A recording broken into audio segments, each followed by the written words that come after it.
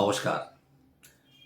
আমরা তো আমাদের বিভিন্ন অনুষ্ঠানে বলেছি যে আমাদের কাছে অনেক মানুষ নানান রকম জায়গা ঘুরে সবশেষে আমাদের কাছে আসেন যে আমার তো কিছু হলো না। দেখুন, আমার কাছে গতকালও একটি ভদ্রলোক এলেন। তো উনি বললেন, আমি একজন ভালো অ্যাস্ট্রোলজার দেখিয়েছি। তো যার নাম বললেন তিনি সত্যিই শ্রদ্ধেয় এবং খুবই গুণী মানুষ। তা আমি তার যত বৃত্তান্ত আমি জানি এবং ব্যক্তিগতভাবে আমি তার পরিচিত। অত্যন্ত গুণী মানুষ এবং অ্যাস্ট্রোলজি জগতের প্রবাদ পুরুষ। তো ওর সমস্যা ছিল যে অবস্ট্রাকশন, টাকা পয়সা আসছে না ঠিক মতন, সব জায়গায় কোনোভাবে উপার্জনহীনতাই ভুগছে এবং পেটের মধ্যে একটা সমস্যা ছিল, ফ্যাটি লিভার এবং কনস্টিপেশনের সমস্যা, শত্রুতা বৃদ্ধি। এবং ওর মুখের চেহারাটা যেটা দেখলাম যে খুব একটা সূর্যের আলোতে বসে না, সমাজের লোকের সঙ্গে খুব একটা মেলামেশা করে না। তো আপাত দৃষ্টিতে আমাদের তিনটে গ্রহকে মার্ক করা হয়েছিল, রবি, বৃহস্পতি আর কেতু। তো আমরা আহ, ওর হরোস্কোপটা, যেটা আমি স্ক্রিনেই দিয়ে দিচ্ছি, যখন আমরা বার্থ চার্টটা দেখলাম, দেখুন তার ধনস্থানে চারটে গ্রহ বসে, শনি, মঙ্গল, রাহু, বৃহস্পতি। তো এই রকম একটা পরিস্থিতি যদি হয়, তার কি অর্থভাগ্য ঠিক থাকবে? তো এই স্থানে টাচ কাকে করবেন? শনিকে টাচ করলে মঙ্গল বিগড়াবে, মঙ্গলকে টাচ করলে শনি বিগড়াবে, রাহু বিগড়াবে। কাকে করবেন? একমাত্র এখানে টাচ করার জায়গা গুরু, বৃহস্পতি। কেন, সে গুরু, তার গুরুর মন, তাকে টাচ করা যেতে পারে। তারপরে দেখুন অষ্টম স্থানে কেতু চন্দ্রযুক্ত। এবার যার জন্য তার শত্রুতা বৃদ্ধি, পেটের রোগ, তারপরে পাইলসেরও রোগ ছিল কোনো একটা সময়। তার অষ্টম স্থানের কেতু, তার সঙ্গে চন্দ্রযুক্ত। তার ভালো স্থানে যেটা রয়েছে দেখুন, রবি, বুধ ভাগ্যস্থানে, শুক্র উপার্জনের স্থানে। তো এই জায়গাগুলো কিন্তু তার পজিটিভ ছিল। তাকে যে প্রতিকারটা দেওয়া হয়েছিল, প্রতিকারটার মধ্যে একটা ডায়মন্ড বলছে, তিনখানা দেখলাম একটা ব্রেসলেটের মধ্যে ডায়মন্ড 3 পিসের ছিল, সেটা মনে হচ্ছে এডি, আমেরিকান ডায়মন্ড।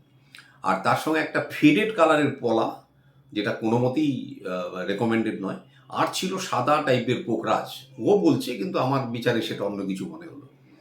কিন্তু এটা ধারণ করেও 6 মাসে কিছু হয়নি। তা আমাদের যে রেমেডি, যেটা লাস্টে আমরা ডিসাইড করলাম, যে ভাই তোমার একমাত্র এই দ্বিতীয় হাউসে এই গুরুকে টাচ করা ছাড়া, তোলা ছাড়া আর কোনো রাস্তা নেই। আমরা বাকি কাউকে তুলতে পারছি না।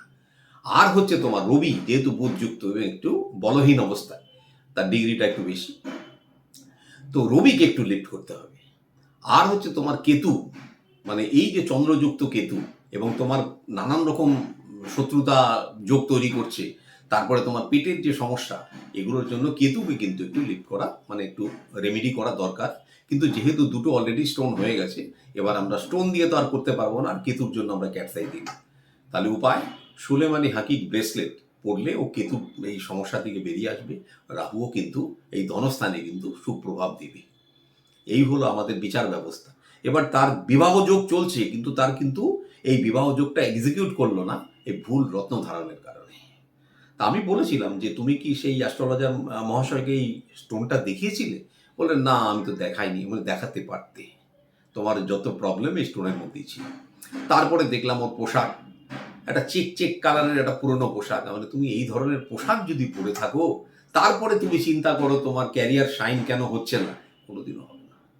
পোশাকগুলো চেঞ্জ করো, প্লেন ড্রেসের মধ্যে চলে যাও। কোনো রকমের প্রাইপ এসব ব্যবহার করো না, এগুলো অবস্ট্রাক্ট করে জীবনকে। এগুলো আমাদের রিসার্চ থেকে দেখা।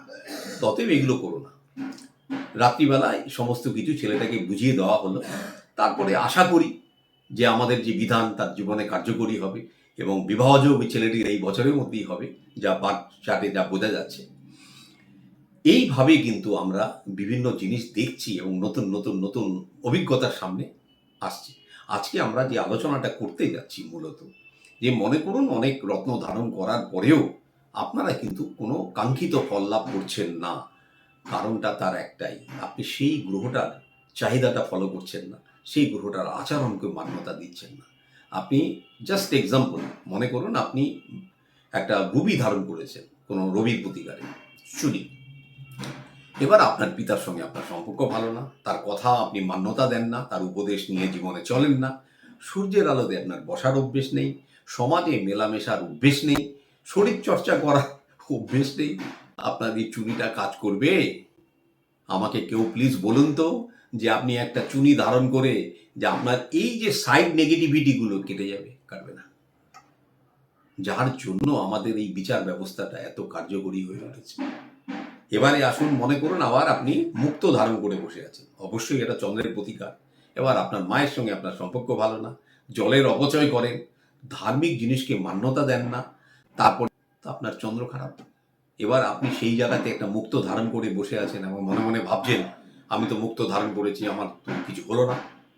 তা আপনি মাকে যদি সম্মানই না করেন, আবার মাকে দিয়ে কোনো কোনো সময় দেখান আপনি জুতোও পালিশ করাচ্ছেন, এই মা একটু যা অফিস যাচ্ছেন, একটু মা জুতো পালিশ করে দিচ্ছে। আপনি জানেন জুতোটা কি? জুতোটা হচ্ছে স্যাটার্ন। স্যাটার্নের সঙ্গে যখন চন্দ্রকে কানেক্ট করেন কি অবস্থাটা হয় বুঝতে পারছেন? এটা বোঝার চেষ্টা করবেন, তারপরেই দেখবেন জীবনে কিন্তু স্মুথনেসটা দেখতে পাবেন। অতঃপর দেখুন আপনি পোকরাজ পড়ে আছেন, তা বলছেন আমার তো কাজ হচ্ছে না। আপনি গুরু নেই আপনার জীবনে, গুরুকে মান্যতা দেন না, শিক্ষা লাভের চেষ্টা করেন না, হলুদ রঙকে জীবনে প্রভাবিত করেন না, আচরণ আপনার শুভ নয়, মানুষের সম্বন্ধে আপনার চিন্তাধারা ভালো নয়, আপনার পোকরাজ কাজ করবে না। লিখে রেখে দিন। এইভাবে আপনি ইচ্ছে করলেই কিন্তু প্ল্যানেটগুলোকে কিন্তু আপনার ফেভারে আনতে পারেন, বন্ধু তৈরি করতে পারেন, তাদের সঙ্গে রিলেশন বিল্ড আপ করতে পারেন। কোনোদিন ভাবতে পেরেছেন যে একটা রবি আপনার বন্ধু হতে পারে? রবির আচরণগুলো ফলো ফলো করুন, মঙ্গলও আপনার বন্ধু হতে পারে। আপনার ভাইয়ের সঙ্গে হয়তো সম্পর্ক খারাপ, আপনার মঙ্গল খারাপ হয়ে যায়, সেই ক্ষেত্রে সেই মঙ্গলের যে নির্দিষ্ট জিনিসগুলো, যে বিচার ব্যবস্থাগুলো, তার আচরণগুলো, তার চাহিদাগুলোকে জীবনে রিফ্লেক্ট করুন, মঙ্গলও ভালো হয়ে যাবে। শনিদেব, তার যে প্রভাব, তার যে চাহিদা, সেটা জীবনে রিফ্লেক্ট করুন, শনিদেবের প্রভাব সবসময় ভালো পাবেন জীবনে। এইভাবে আমরা প্রত্যেকটা মানুষ কিন্তু প্রত্যেকটা গ্রহকে আমাদের বন্ধু হিসাবে পেতে পারি, যদি তার চাহিদাটাকে আমরা ফলো করি।